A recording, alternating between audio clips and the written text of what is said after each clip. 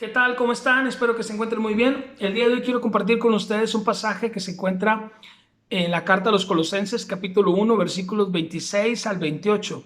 Dice de la siguiente manera: el misterio que había estado oculto desde los siglos y edades, pero que ahora ha sido manifestado a sus santos, a quienes Dios quiso dar a conocer las riquezas de la gloria de este misterio entre los gentiles, que es Cristo en vosotros, la esperanza de gloria, a quien anunciamos, amonestando a todo hombre y enseñando a todo hombre en toda sabiduría, a fin de presentar perfectos en Cristo Jesús a todo hombre. En el primer siglo había tres corrientes de pensamiento filosófico. Estamos hablando de la corriente o de filosofía griega, también la corriente de pensamiento de los romanos y de los judíos. Y estoy comentando todo esto porque quiero que estés conmigo en el contexto histórico de este siglo, cuando empieza el evangelio a propagarse. Ahora, quiero honrar la vida del doctor Alfredo Cerez y agradecer a sus enseñanzas, pues el día de hoy cito una de ellas para edificación del cuerpo de Cristo. Entonces, queremos partir de este pensamiento, queremos partir precisamente de estas corrientes de pensamientos filosóficos. Encontramos que para la cultura griega era fundamental el conocimiento. Ellos son uno de los principales, si no el principal promotor de las escuelas o de las universidades. La cultura griega se basaba en ser muy cultos, muy atléticos y buscaban siempre la perfección humana, la perfección estética inclusive. Ahora, para los griegos solamente había dos tipos de personas: los que eran griegos, que fomentaban la educación, que fomentaban el ejercicio, que fomentaban la perfección inclusive en la imagen, en la estética del ser humano, y los bárbaros, todos aquellos que no eran griegos. De ahí que ahí nosotros utilizamos una expresión cuando alguien hace algo que nos parece extraño, anormal o radical, que decimos qué bárbaro. Bueno, de ahí precisamente es donde citamos esta expresión. Para los griegos, o son griegos o son bárbaros. Para los griegos, los bárbaros es una expresión que es como un sinónimo de ignorancia. Ellos consideraban que eran griegos y el resto de los seres humanos ignorantes, y les llamaban bárbaros. De igual manera encontramos la cultura romana, que estos son los que tienen el imperio, los que dominan y tienen gran ejército. Para la cultura romana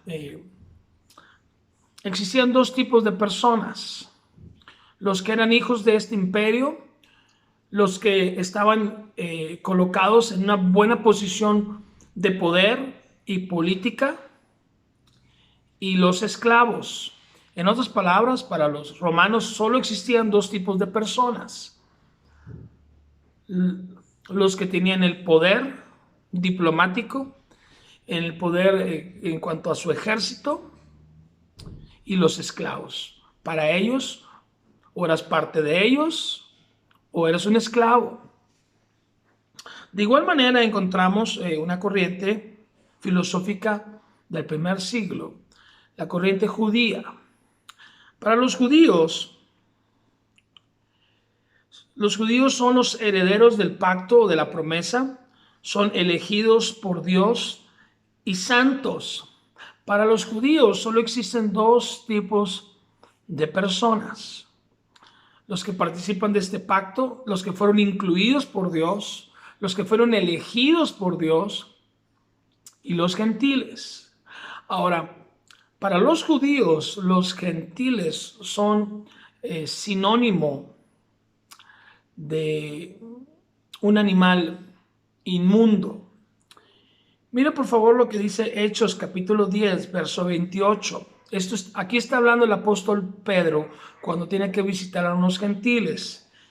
Y les dijo: vosotros sabéis cuán abominable es para un varón judío juntarse o acercarse a un extranjero, pero a mí me ha mostrado Dios que a ningún hombre llame común o inmundo. Aquí está afirmando que para un judío, o nada más hay dos tipos de personas: o eres judío o eres gentil. Pero si eres gentil, es sinónimo de inmundo, es sinónimo de alguien que no ha sido santificado.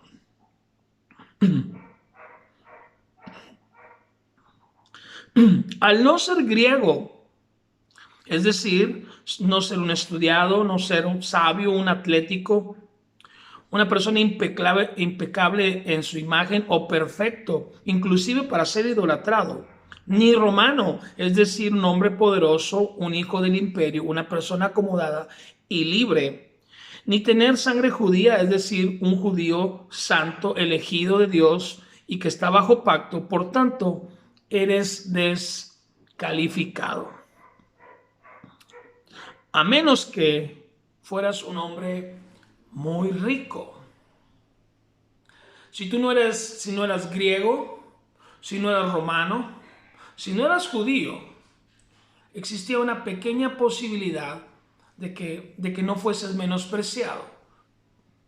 Y esta está condicionada a tu capacidad económica. Si eres muy rico, podrías prepararte y llegar a tener tal vez un poco del aprendizaje que tenían los griegos, y era como que te aceptaban un poco.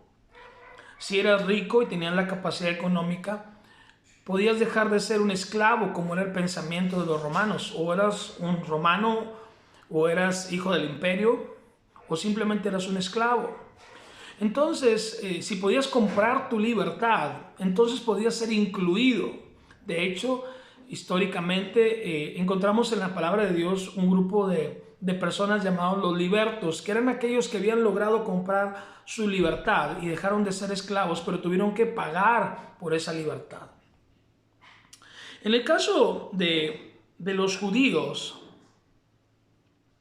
también encontramos que había personas que hacían donaciones muy fuertes. Hay un centurión que la escritura cita, y este tiene a una persona enferma en casa, y los mismos judíos le decían al Señor Jesús: atiéndele, porque es digno, porque es bueno con nuestra nación y nos ha construido, nos ha edificado sinagogas. Es decir, que si él tenía capacidad económica, no se convertía en judío. Sin embargo, era como que podía tener esperanza de cambiar su estatus o ser incluido. Por último, si la persona no llegaba a tener dinero, porque no tenía esa capacidad, no era rico, entonces podía ser contemplado o considerado si esta persona era una persona que poseía, un secreto, algo oculto, pero que ahora estaba siendo manifestado o revelado. En otras palabras, era considerado solo si era una persona iluminada, si era una persona que poseía un secreto y podía interpretarlo o revelarlo para el bien de la humanidad.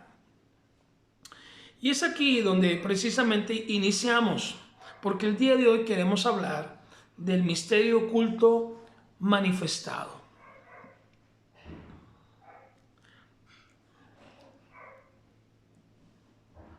Y quiero leer Efesios capítulo 1, versículo 9, dice: dándonos a conocer el misterio de su voluntad según su beneplácito, el cual se había propuesto en sí mismo.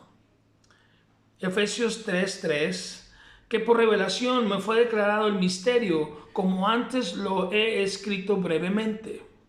Efesios 3:5, misterio que en otras generaciones no se dio a conocer a los hijos de los hombres, como ahora es revelado a sus santos apóstoles y profetas por el Espíritu.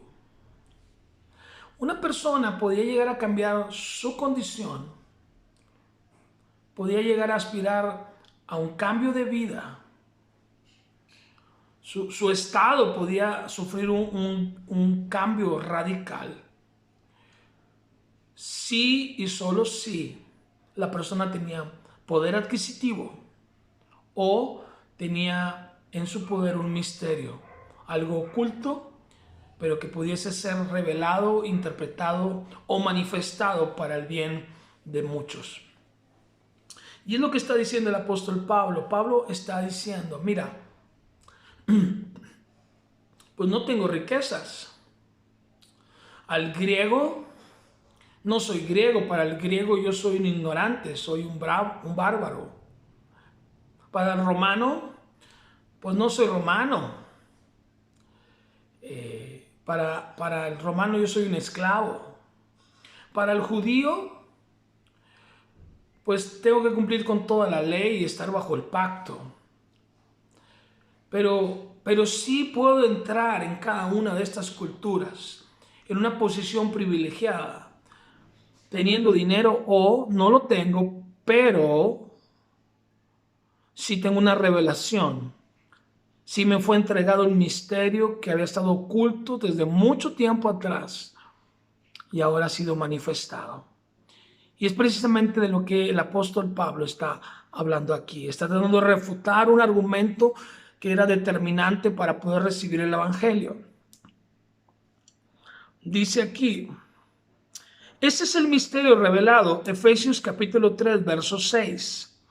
Que los gentiles son coherederos y miembros del mismo cuerpo y copartícipes de la promesa en Cristo Jesús por medio del evangelio.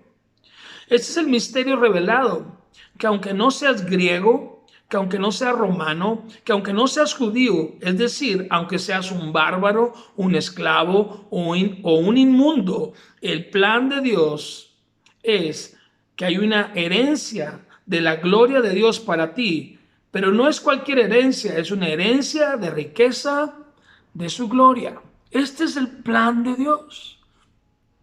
No importa si no eres griego, no importa si no eres romano, no importa si no eres judío.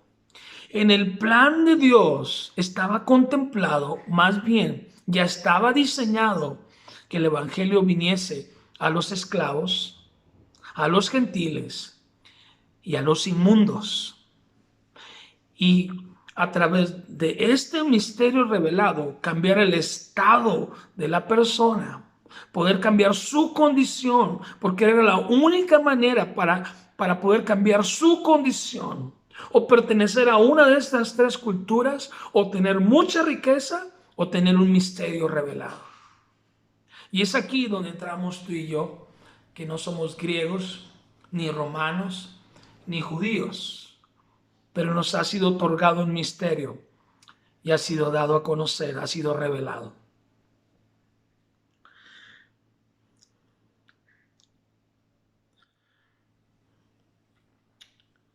Ahora quiero ir un poquito más allá. Efesios capítulo 1, verso 7. Ahora Pablo va a hablar acerca de las riquezas, en quien tenemos redención por su sangre y el perdón de pecados según las riquezas de su gracia. La palabra riquezas en este pasaje significa abundancia.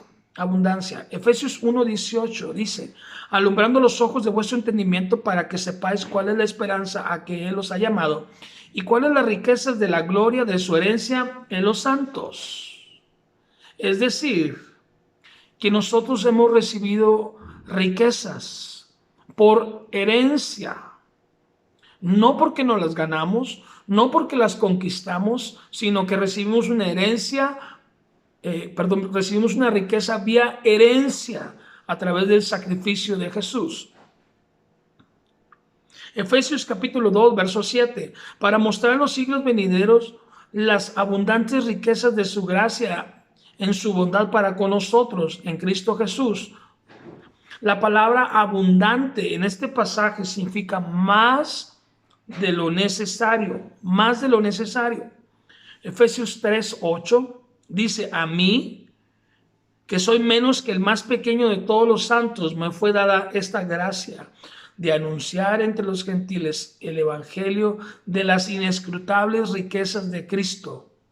La palabra inescrutables significa riqueza que no puede ser contada. Y quiero que pienses en esto por un momento. Riquezas que no pueden ser contadas. Quiero ir más allá, porque esto fue lo que hizo Cristo por nosotros. La palabra inescrutable significa, o más bien, ¿cómo le puedo dar una aplicación, una interpretación? Es decir, que por más que te quiten o por más que te roben, es imposible llegar a ser pobre. Otra vez, inescrutable significa riquezas que no pueden ser contadas. Es decir, por más que te quiten, por más que te roben, no puedes, es imposible para ti llegar a ser pobre.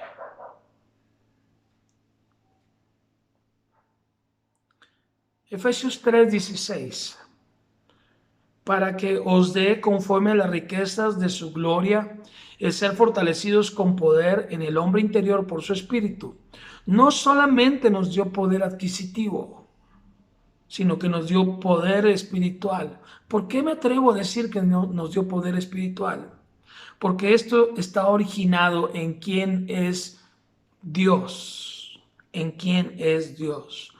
En otras palabras, nos ha entregado riquezas y un misterio oculto revelado. Al participar de estas dos herencias, tú y yo podemos ser incluidos. Podemos entrar entre los gentiles, podemos entrar entre los romanos, podemos entrar entre los judíos y publicar, anunciar la grandeza del gran Rey de Reyes y Señor de Señores. ¿Cómo me atrevo a decir esto? Pues el misterio oculto es que el mismo Creador del cielo vive dentro de ti y dentro de mí. Lo repito, el gran misterio es que el Creador del mundo, el Todopoderoso, vive en medio de ti, en medio de mí. Esto es algo que jamás nos imaginamos. Esto es algo que jamás contemplamos. De hecho, dice la Escritura, que cuando lo escucharon, era como un sonido que aturdía los oídos. ¿Cómo puede ser posible que el Creador del universo, el Todopoderoso, el que habita en luz inaccesible, aquel que tiene a la tierra por estrados de sus pies, que los cielos de los cielos no lo pueden contener, vino a vivir en personas como tú y como yo? Mira lo que dice Colosenses capítulo 2 versículos 9 y 10. Porque en él habita corporalmente la plenitud de la deidad, esto habla acerca de Cristo, y vosotros estáis completos en él, que es la cabeza de todo principado y toda potestad. Está diciendo que en Cristo habita toda la plenitud de la deidad. La palabra plenitud significa que está completo. ¿Completo de qué? Completo de la naturaleza de Dios, porque en Cristo habita toda deidad, toda divinidad. Toda divinidad, todo lo que pertenece a lo santo, a lo divino, todo le pertenece a Cristo Jesús. Hablar de divinidad es ser poseedor de todos los misterios, conocer todas las cosas secretas, poder moverse en todo lo imposible. Es decir, todo lo que es de Dios, todo su poder, toda su esencia, toda su naturaleza está en Cristo. Y nada de lo que es Dios le falta a Cristo. El gran misterio es que todo lo que es Cristo está dentro de nosotros. Colosenses capítulo 1, verso 28. A quien anunciamos amonestando a todo hombre y enseñando a todo hombre en toda sabiduría, a fin de presentar perfectos en Cristo Jesús a todo hombre. En este pasaje podemos observar que en un solo verso se menciona 4 veces la palabra todo, para hacerles saber que Él está completo en Cristo. Colosenses 1:27, a quien Dios quiso dar a conocer las riquezas de la gloria de este misterio entre los gentiles, que es Cristo en vosotros. ¿Cuál es este misterio? Cristo en vosotros, la esperanza de gloria. Con razón, Romanos 10:12 dice, porque no hay diferencia entre judío y griego, pues el mismo que es Señor de todos es rico para con todos los que le invocan. Gálatas 3:28, ya no hay judío ni griego, no hay esclavo ni libre, no hay varón ni mujer, porque todos vosotros sois uno en Cristo. Colosenses 3:11, donde no hay griego ni judío, circunciso ni incircunciso, bárbaro ni escita, siervo ni libre, sino que Cristo es el todo en todos. Quiero animarte porque lo que no podíamos hacer en un sentido natural, entrar entre los griegos, entrar entre los romanos, entrar entre los judíos, lo hemos recibido por herencia. Pero no solamente lo hemos recibido por herencia, sino que cambió nuestro estado, cambió nuestra condición. Nos dejó en un lugar privilegiado porque nos dio riquezas inagotables y al mismo tiempo nos entregó un secreto, un misterio oculto desde edades antiguas. ¿Cuál es este secreto revelado? Cristo en nosotros, el creador de todo el universo, el gran yo soy, el Rey de Reyes, el Señor de Señores, habita en ti, habita en mí, si le hemos cedido el corazón. Quiero invitarte a que tengas ánimo, pues Cristo está en ti y esta es la esperanza de gloria. Espero verlos pronto. Que Dios los bendiga.